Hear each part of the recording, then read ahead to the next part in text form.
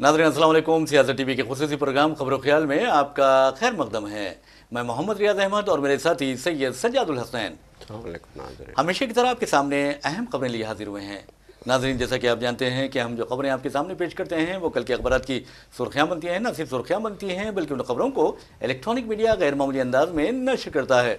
इसी तरह social media पर ये खबरें वायरल होती हैं। बहरहाल नाज़रीन, जहाँ तक खबरों का सवाल है, आप अच्छी तरह जानते हैं कि उत्तर प्रदेश जो लॉ एंड ऑर्डर के लिहाज से या फिर ख़वातीन पर मज़ालिम के लिहाज से या उन पर तशद्दुद के लिहाज से और अक़लियतों पर हमलों के लिहाज से सारे हिंदुस्तान में बदनाम है। इसमें कोई दो राय नहीं है। और ख़ुद हुकूमत यानी बीजेपी हुकूमत को अच्छी तरह अंदाज़ा है कि वो किस तरह मुसलमानों के खिलाफ कार्रवाई कर रही है। और इस पर यह भी इल्ज़ाम आयद किया जाता रहा है कि जिस तरह इसराइल में फ़लस्तीनियों के खिलाफ सेहूनी मुमलिकत यानी दुनिया की नाजायज़ इस कुर्रे अर्ज़ की नाजायज़ मुमलिकत इसराइल बुलडोज़र का इस्तेमाल करती है, उसी तरह उसकी नकल हिंदुस्तान में सबसे ज़्यादा उत्तर प्रदेश में की जा रही है। और योगी आदित्यनाथ की हुकूमत में ये हो रहा है। तो मेरे नाज़रीन, आपने देखा कि किस तरह मुख्तलिफ बहानों से मुसलमानों को निशाना बनाया जा रहा है। कभी मंदिर मस्जिद के नाम पर, तो कभी आप देखेंगे कि सीए के नाम पर, तो कभी आपने देखा कि गाँवकशी के नाम पर। तो बहरहाल कई ऐसे मसलाए उछाले जाते हैं और फिर मुसलमानों को तशद्दुद का निशाना बनाया जाता है। आप ये भी अच्छी तरह जानते हैं कि 24 नवंबर को संभल हिंदुस्तान का एक तारीखी शहर है। और आपको ये भी बता दूं कि किसी वक्त हिंदुस्तान का वो दारुल हुकूमत भी रहा। तो बहरहाल संभल की जो मुग़ल दौर में तामीर करदा शाही जामे मस्जिद, उसके बारे में आप अच्छी तरह जानते हैं कि उसके नीचे मंदिर होने का दावा किया गया। और फिर आपने देखा कि विदिन 3 आवर्स अदालत से एक शख्स रुजू होता है और कहता है कि वहाँ पर मंदिर है, तो अदालत फौरी तौर पर विदिन 3 घंटों के अंदर सर्वे का हुक्म दे देती है। तो आप अंदाजा कीजिए किस तरह कानून का मजाक उड़ाया गया और मुसलमानों को सताया गया। तो बहरहाल वहाँ पर जब आर्कियोलॉजिकल सर्वे ऑफ इंडिया की टीम सर्वे के लिए पहुँचती है पूरी पुलिस के साथ, पूरी भारी जमीयत के साथ, तो आप देखेंगे कि मुसलमान वहां एहतजाज करते हैं और फिर पुलिस मुसलमानों पर फायरिंग कर देती है। और यह कहा जा रहा है कि उसमें 5 अफराद अपनी जिंदगियों से महरूम हुए, यानी जामे शहादत नोश किया है। तो बहरहाल अब आपको बता दूं, संभल की जो नुमाइंदगी करते हैं पार्लियामेंट में समाजवादी पार्टी के रुकन है वो, और उनका नाम है ज़ियाउर रहमान बर्क। और ज़ियाउर रहमान बर्क आप देखेंगे कि एक हरकियाती रुकन पार्लियामेंट है। और जिस वक्त 24 नवंबर को संभल मस्जिद में यानी वाक़या पेश आया था, उस वक्त वो बेंगलुरु में थे। उसके बावजूद भी उत्तर प्रदेश पुलिस ने उनके खिलाफ मुकदमा दर्ज किया। अब जो खबर आ रही है वो ये है कि ज़ियाउर रहमान बर्क के घर को जो सीढ़ियाँ जाती हैं, उन सीढ़ियों को इंक्रोचमेंट ड्राइव के नाम पर मुनज़्ज़म कर दिया गया है, उस पर बुलडोज़र चला दिया गया है।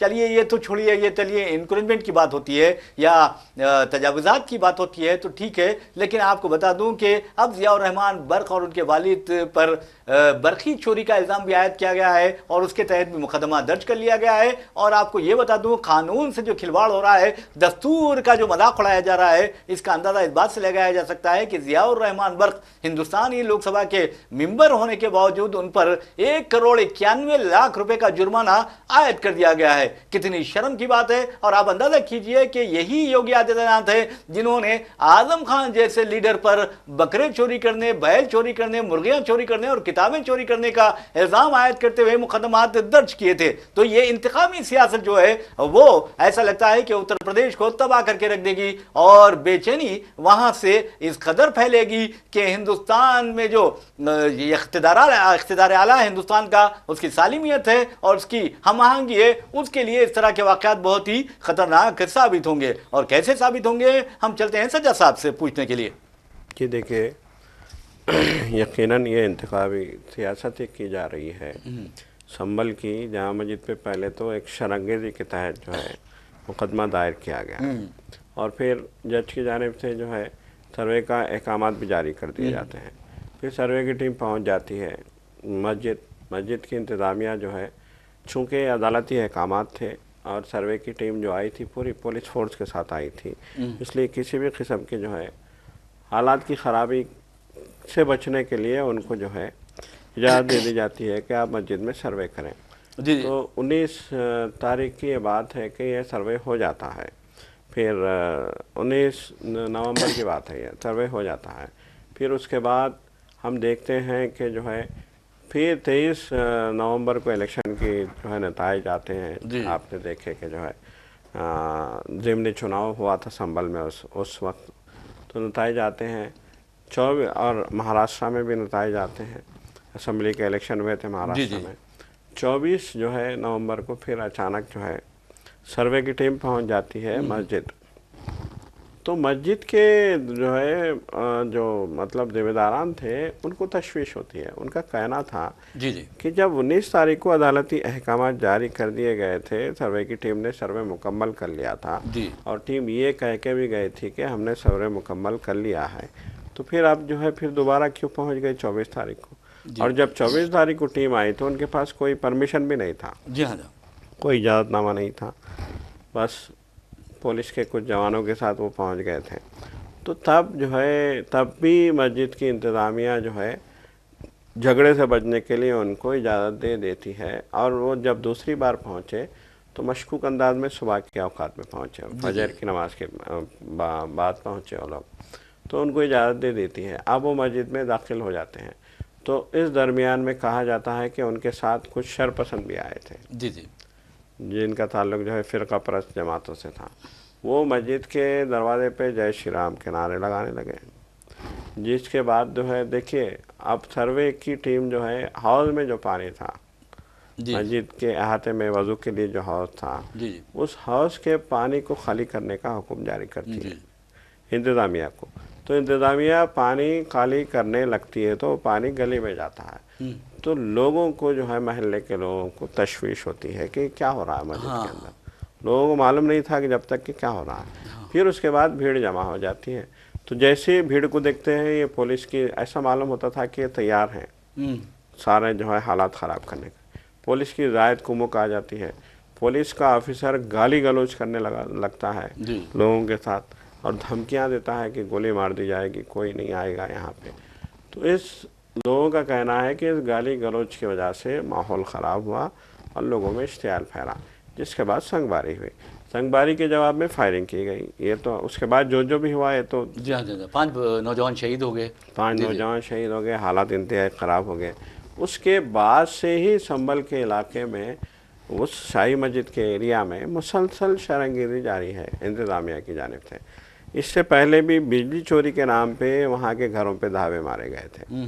और फिर जो है वहाँ पे आपने भी देखा कि घर से मंदिर निकलता है, वो मंदिर था, बंद था मंदिर। जी, मुसलमान हिफाजत कर रहे थे उसकी। बिल्कुल, वो मंदिर था, बंद था। मंदिर के जिम्मेदारों का खुद ये कहना है कि हमने इस मंदिर को बंद कर दिया था क्योंकि लोग नहीं आ रहे थे पूजा के लिए। लोग मुस्लिम इलाके में है, घनी मुस्लिम आबादी है, तो वहाँ छोटा सा मंदिर है, 10 बाई 10 के कमरे में था, तो उन्होंने बंद कर दिया था, वो बंद पड़ा हुआ था। अब बिजली की जो है टीम आती है, घरों में धावे मारती है, उनको लगता है कि मुसलमानों ने ये मंदिर को अपने घर के अंदर ले लिया है। फिर एक नई शरंगेज़ी वहाँ पे शुरू की, जानबूझ के मीडिया में इतना उछाला गया, उस मंदिर को इतना उछाला गया कि शर्म आती है कि गोदी मीडिया आखिर किस लेवल पे किस लेवल तक गिर सकता है। तो बहरहाल ये मामलात हो गए। वहाँ भी इश्तियाल फैलाने की कोशिश की गई, वहाँ भी सब्र का दामन हाथ से नहीं छोड़ा मुकाबिल लोगों ने। अब जो है ज़ियाउर रहमान बर्क़ के घर पे जो है धावा मारा गया। उनके घर में बिला इजाज़त जो है बिजली के अफसर जो कर्मचारी हैं, ओहदेदार हैं, वो पहुंच जाते हैं।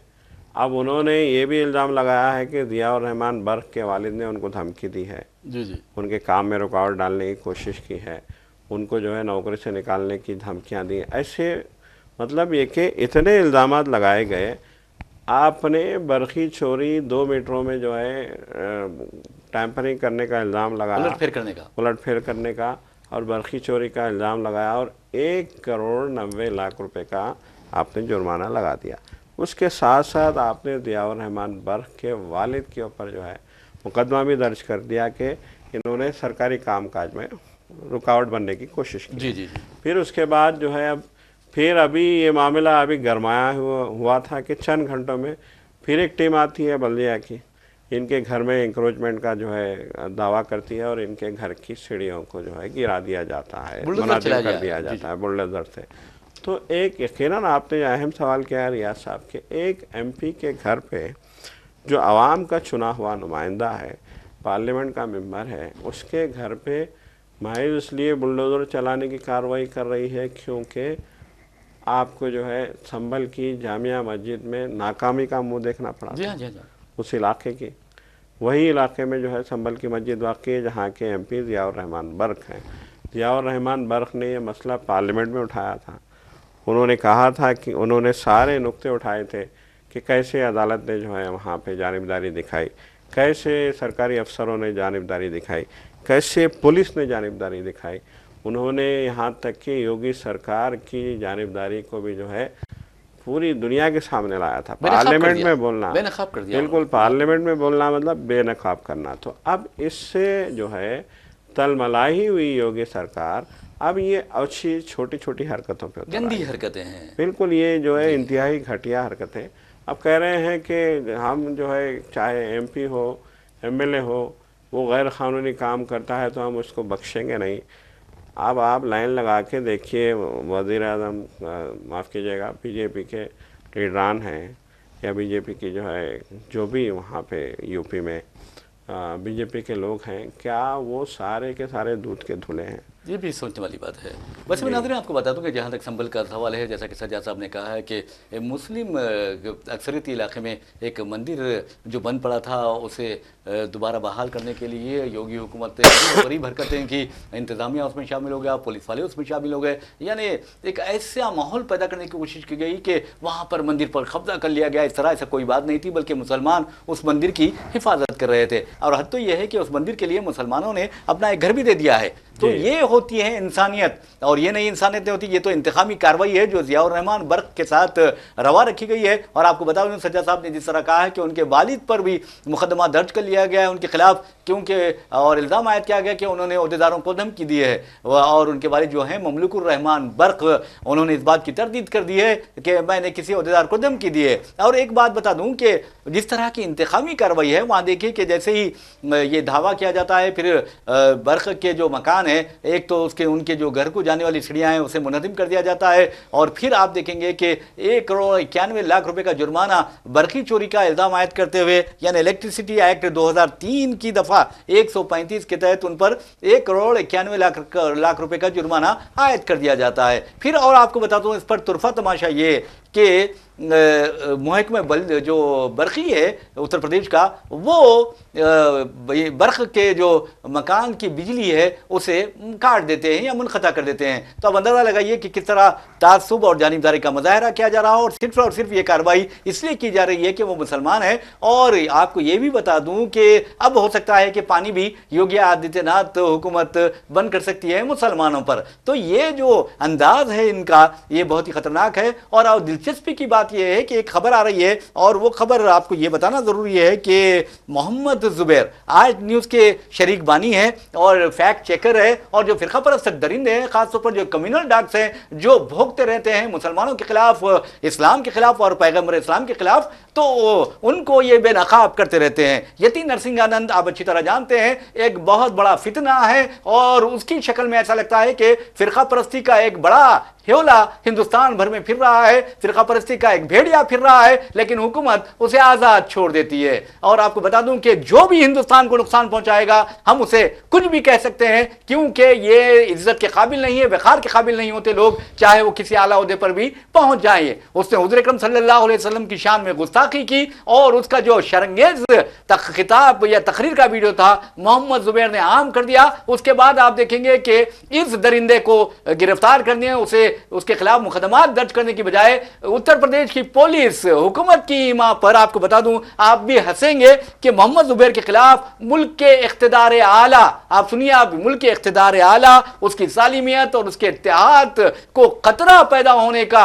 यानी खदशा जाहिर करते हुए संगीन दफात के तहत मुकदमा दायर किए। लेकिन अब जो खबर आई है वो ये है कि इलाहाबाद हाईकोर्ट ने मोहम्मद जुबैर को राहत दी है, और 6 जनवरी 2025 तक हुकूमत उत्तर प्रदेश को इस सिलसिले में जवाब दाखिल करने के लिए कहा है। तो आप ये बताइए सज्जाद साहब कि ये कानून का मजाक नहीं है, हम दस्तूर की 75वीं सालगिरह मना रहे हैं, क्या ये दस्तूर से खिलवाड़ नहीं है? बिल्कुल, देखिए जिस तरह के मुकदमा दर्ज किए जा रहे हैं, जिस तरीके से टारगेट किया जा रहा है, जिस तरीके से लोगों को जो है जेलों में बंद रख के उनको इंसाफ से महरूम किया जा रहा है, और जिस तरीके से झूठे मुकदमात पाए दर पाए जो है उन पे आयद किए जाते हैं, यकीनन ये इस सरकार में बहुत ज़्यादा ये होने लगा है कि एक तो आपने मुल्क का माहौल ख़राब करने का ऐसा मालूम होता है कि पूरा बीड़ा उठाया हुआ है कि आप हर तरीके से मुल्क का माहौल ख़राब करने की कोशिश करते हैं, आप जो है इंतशार बर्पा करने की कोशिश करते हैं, आप शरंगेज़ी करते हैं, आप मुसलमानों के ताल्लुक़ से एक नफ़रत का माहौल बनाने की कोशिश करते हैं। ये काम आप मुसलसल कर रहे हैं, चाहे वो संभल की जामे मस्जिद की शक्ल में हो, चाहे वो ज्ञानवापी मस्जिद की शक्ल में हो, चाहे वो दिल्ली की जामा मस्जिद की शक्ल में हो, चाहे वो अजमेर की दरगाह की शक्ल। जी जी जिन जिन जो है ये बड़ी बड़ी मस्जिदों और इस हिंदल वली की दरगाह को निशाना बनाया, अजमेर शरीफ की ख्वाजा गरीब नवाज का जो मकाम व मर्तबा है, सुल्तानुल हिंद है, सुल्तानुल हिंद की जो है दरगाह को आपने निशाना बनाया, इससे बड़ा अलमिया क्या हो सकता है। तो ये तो आप मुसलसल कर रहे हैं। इसके साथ साथ आप जो है उन लोगों को जो देखिए, एक मीडिया है गोदी मीडिया, जिसको तो आपने पूरी छूट दे रखी है, उसको अपने हिसाब से उसको पूरा डिक्टेट करते हैं आप, और आपकी जाहिलियत को वो अपने चैनल के ज़रिए जो है फैला रहा है। पूरी जहालत है, इंतहाई जहालत फैलाई जा रही है इस मीडिया के ज़रिए। एरोगेंस है जी, बिल्कुल एरोगेंस है, शरपसंदी है, इश्तियालंगेज़ी है, और जिस तरह का उनका रवैया है वो बहुत अफसोसनाक है। अब तो लोग खुद जो है इस मुल्क का आम शहरी जो 10 साल पहले मोदी मोदी करता था, वो भी आज कह रहा है कि जो भी हो रहा है गलत हो रहा है। इस मुल्क के आम शहरी भी जो है इस बात को महसूस करने लगे हैं कि इस मुल्क में सब कुछ ठीक ठाक नहीं हो रहा है। जी जी जी। जिस तरीके से आज इंसानों को जो है टारगेट किया जा रहा है, तो अब ये जो है ज़ुबैर को जो है टारगेट करना भी, आर्ट न्यूज़ के शरीक बानी को भी, ये भी एक तरीका जो है मजाक ही है, हम कह सकते हैं। लेकिन राहत तो दे दी है इलाहाबाद हाईकोर्ट ने। बिल्कुल, देखिए अब इलाहाबाद हाईकोर्ट ने राहत दी है। देखिए बहुत सारे लोग हैं इसमें, उमर खालिद भी थे, आपको याद होगा, और भी बहुत सारे। 7 दिन की उबरी जमानत मिली है, अफसोस। जी बिल्कुल। आप देखेंगे कि एक सहाफ़ी है जो बहुत ज़्यादा चीखता चिल्लाया करता था फ़िरक़ा परस्ती के मामले में, एक मुकदमे में फंस जाता है, एक दिन में उसे जमानत मिल जाती है। शर्म आनी चाहिए, रातों रात मिल जाती है। मतलब एक है जो आपकी हामी हाँ मिलाएंगे उनके लिए कोई कानून नहीं। जी जी।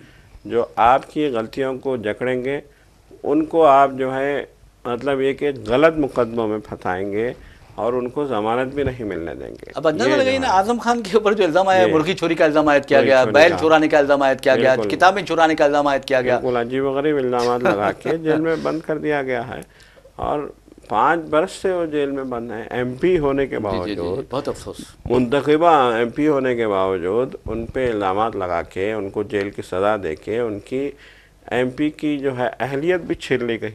कितनी अफसोस की बात है। बहरहाल एक और ख़बर की जानिब चलते हैं, और आपको यकीन नहीं आएगा, और मैं समझता हूं कि आपको यकीन करना पड़ेगा, और वो बयान है RSS सरबराह मोहन भागवत का। मोहन भागवत अब कहने लगे हैं कि आज मुल्क में मंदिर मस्जिद की जो बात कर रहे हैं, और ख़ास तौर पर आप देखेंगे कि उन्होंने कहा है, उनके अल्फाज बता रहा हूँ कि आज मुल्क में कुछ लोग ऐसे हो गए हैं राम मंदिर की तामीर के बाद कि वो ये समझने लगे हैं और कि वो किसी भी मस्जिद में मंदिर होने का दावा करते हुए हिंदुओं के लीडर बन सकते हैं। ये मोहन भागवत ने बात कही है, और कहा कि इस तरह के लोग और इस तरह के इक़दामात, इस तरह के मुतालिबात नाकाबिले कबूल हैं। दरअसल पूना में एक उनके लेक्चर चल रहा है, सीरीज़ चल रही है, उसमें हिंदुस्तान विश्वा गुरु के ज़ेर-उन्वान उन्होंने खिताब किया और कहा कि हिंदुस्तानी माशरे की तकसीरियत पर उन्होंने रोशनी भी डाली, और कहा कि हम चूँकि हिंदू है इसलिए क्रिसमस भी मनाते हैं रामकृष्ण मिशन में। तो आप अंदाज़ा कीजिए, कोई बड़ा एहसान नहीं कर रहे हैं कि आप क्रिसमस मनाकर, हिंदुस्तान की ये तहजीब है, हिंदुस्तान के कसरत में वहदत का नज़रिया है, और हिंदुस्तान की गंगा जमनी तहजीब सारी दुनिया में मशहूर है। अगर आप क्रिसमस मना लें, आप अगर रमज़ान भी मना लें,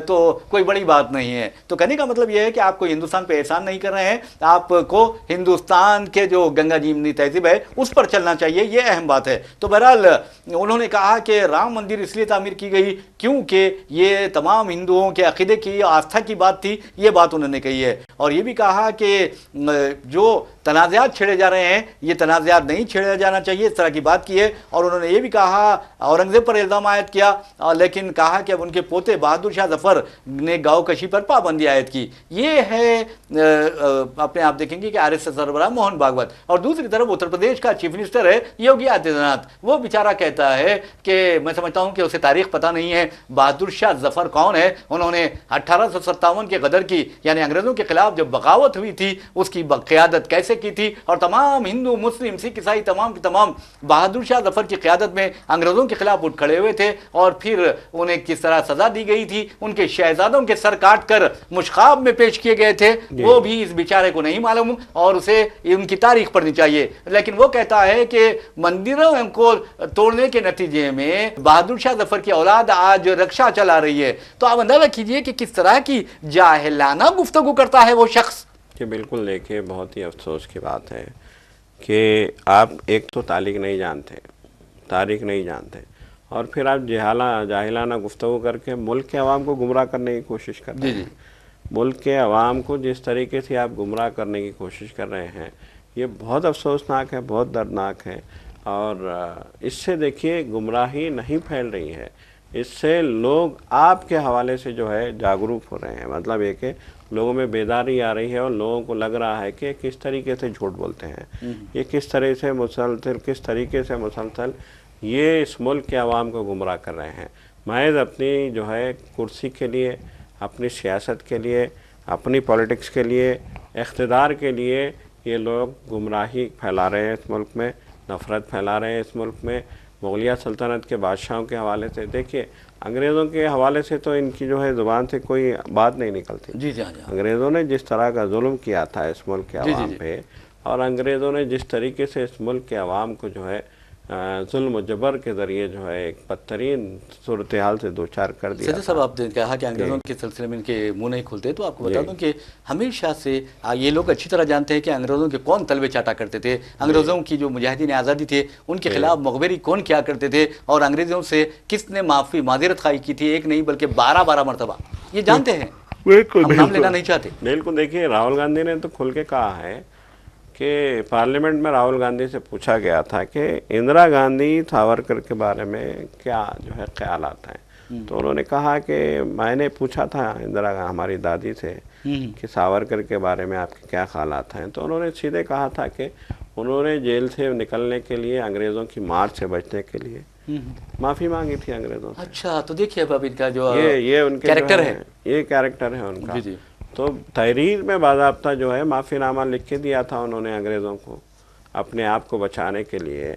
और महात्मा गांधी और हमारे जो है दीगर जो मौलाना अबुल कलाम आज़ाद सर, मौलाना अबुल कलाम आज़ाद हैं, जवाहरलाल नेहरू हैं, और भी मुजाहिदीन आज़ादी हैं, उन्होंने अपनी जानों की कुर्बानी पेश की। अरे देखिए, मौलाना अबुल कलाम आज़ाद की जो अहलिया थी, रांची की जेल में मौलाना अबुल कलाम आज़ाद कैद थे और उस वक्त उनकी अहलिया का इंतकाल हो गया, और वहाँ के जेलर्स वगैरह ने कहा कि आपकी अहलिया इस दुनिया में नहीं रही है, आप आखिरी रस्मात में शिरकत कीजिए, नमाज जनाजा में, तदफीन में शिरकत कीजिए, हम आपको छोड़ते हैं। तो उन्होंने कहा कि नहीं, मैं नहीं शिरकत करता, क्योंकि मुझे मेरे अपने मुल्क की फ़िक्र है बीवी से ज़्यादा। तो आप अंदाज़ा कीजिए, ये है मुसलमान, ये है मौलाना आज़ाद जी। बिल्कुल, कि उन्होंने जो है एक मतलब एक इतने दर्दनाक मौके पे भी जी जेल से निकलना और अंग्रेज़ों की जो है वो जो रियायत दे रहे थे वो रियायत लेना कबूल नहीं किया। जी हाँ। वक्ती तौर पे जो रियायत दे के आपसे हमदर्दी हासिल करने की कोशिश की जा रही थी उसको मौलाना आज़ाद ने कबूल नहीं किया। और आप अंदाज़ा लगाइए, और यहाँ 12 मरतबा माज़ीरत खाई, 12 मरतबा माफ़ीनामा देते हैं, और आपके जो है आज ये जो जितने भी चेले बैठे हैं इस तरीके से जो माहौल बना के रखा हुआ है, आप बिल्कुल ही शर्मनाक बात है। देखिए, ये RSS के सरबराह मोहन भागवत के बयान भी कभी कभी अजीब हो जाते हैं। जी हाँ। कभी वो कहते हैं कि जो हो रहा है गलत हो रहा है, कभी वो कुछ कह देते हैं, कभी कुछ कह देते हैं। अभी हाल में उनका बयान आया था कि हमें ज़ायद बच्चे पैदा करने चाहिए। जी हाँ, तीन एटलीस्ट 3 बच्चे पैदा करने की उन्होंने दरख्वास्त की है। कम से कम 3 बच्चे पैदा करने चाहिए, क्योंकि जो है इस मुल्क में हमारी आबादी कम हो रही है। लेकिन कांग्रेस लीडरों ने बहुत अच्छा सवाल किया, आपने कितने बच्चे पैदा किए? जी। तो बहरहाल जो है ये जो है ये मतलब है कि इनकी करनी और कॉल और फेल जिसको कहा जाता है उसमें बहुत बड़ा तादाद है। अब अगर वो वाकई जो है इस मुल्क के अवाम के हमदर्द हैं, वो वाकई चाहते हैं कि मुल्क जो है अमन और अमान के साथ तरक्की की राह पे गामजन हो, तो फिर उनको हकीकी मानों में अपने नज़रियात को जो है मुस्तरद करके बाबा साहब अम्बेडकर की जो बनाए हुए आइन को जो है सीने से लगाना होगा। बहरहाल नाज़रीन, हम आपको लिए चलते हैं तेलंगाना असेंबली, और तेलंगाना असेंबली में ज़बरदस्त गड़बड़ भी हुई है। और आपको ये भी बता दूं कि गड़बड़ इसलिए हुई कि KTR के खिलाफ जो केस दर्ज किया गया है यानी फार्मूला ई रेस के सिलसिले में, तो उस सिलसिले में हरीश राव ने बहस का मुतालबा किया है ऐवान में, और स्पीकर ने उस मुतालबे को मुस्तरद कर दिया। जबकि स्पीकर का कहना था कि भू भारती जो बिल है उस पर मुबाहस किए जाएंगे, इस पर मुबाहस नहीं किए जाएंगे। लेकिन आपको बता दूं कि इस हंगामे के बीच स्पीकर ने 15 मिनट तक इजलास फिर मुलतवी कर दिया। और आपको ये भी बताना ज़रूरी है कि जहाँ तक फार्मूला ई रेस का सवाल है, तो जो एंटी करप्शन ब्यूरो है वो उसकी तहक़ीक़ात कर रही है। और अब भी ये खबर आई है कि तेलंगाना हाई कोर्ट यानी यहाँ फार्मूला ई का जो केस है, ये तेलंगाना हाई कोर्ट ने उसमें KTR को राहत दी है और उनकी गिरफ्तारी पर 30 दिसंबर तक रोक लगा दी है। जी देखिए, उन पे जो है ये इल्ज़ाम लगा था कि जो है रकम का मुनासिब तरीके से इस्तेमाल नहीं किया गया। तकरीबन 46 करोड़ रुपए का स्कैम है जी। स्कैम का जो है इल्ज़ाम लगा था। बहरहाल जो है उनको राहत तो दे दी है हाई कोर्ट ने। अब देखने वाली बात यह है कि मामला कहाँ तक जाता है। तो यकीनन जो है भू भारती के मसले पे अब तक हमने देखा कि सरमाई सेशन में असम्बली के शोर-ओ-गुल ज़्यादा देखने में नहीं आया था, लेकिन जैसे ही भू भारती बिल पे जो है मबाहिस का सिलसिला शुरू हुआ है, बड़ा ज़बरदस्त शोर-ओ-गुल देखने में आ रहा है। हाइड्रा भी अब ज़हर बहस आ गया है। तो अब देखने वाली बात यह है कि ये जो शोर-ओ-गुल, ये हंगामे हैं, ये आने वाले दिनों में असम्बली के लिए कितना, मतलब असम्बली की कार्रवाई पे कितना असरअंदाज होते हैं। बिल्कुल आपने सही कहा है। बहरहाल नाज़रीन, इसी के साथ हम अपना प्रोग्राम खबर और ख्याल इख्तिताम को पहुंचाते हैं। अपने मेज़बान मोहम्मद रियाज अहमद और मेरे साथी सैयद सज्जादुल हसनैन को इजाज़त दीजिए। इंशाल्लाह फिर मुलाकात होगी, फिर बात होगी। तब तक के लिए अल्लाह हाफ़िज़। खुदा।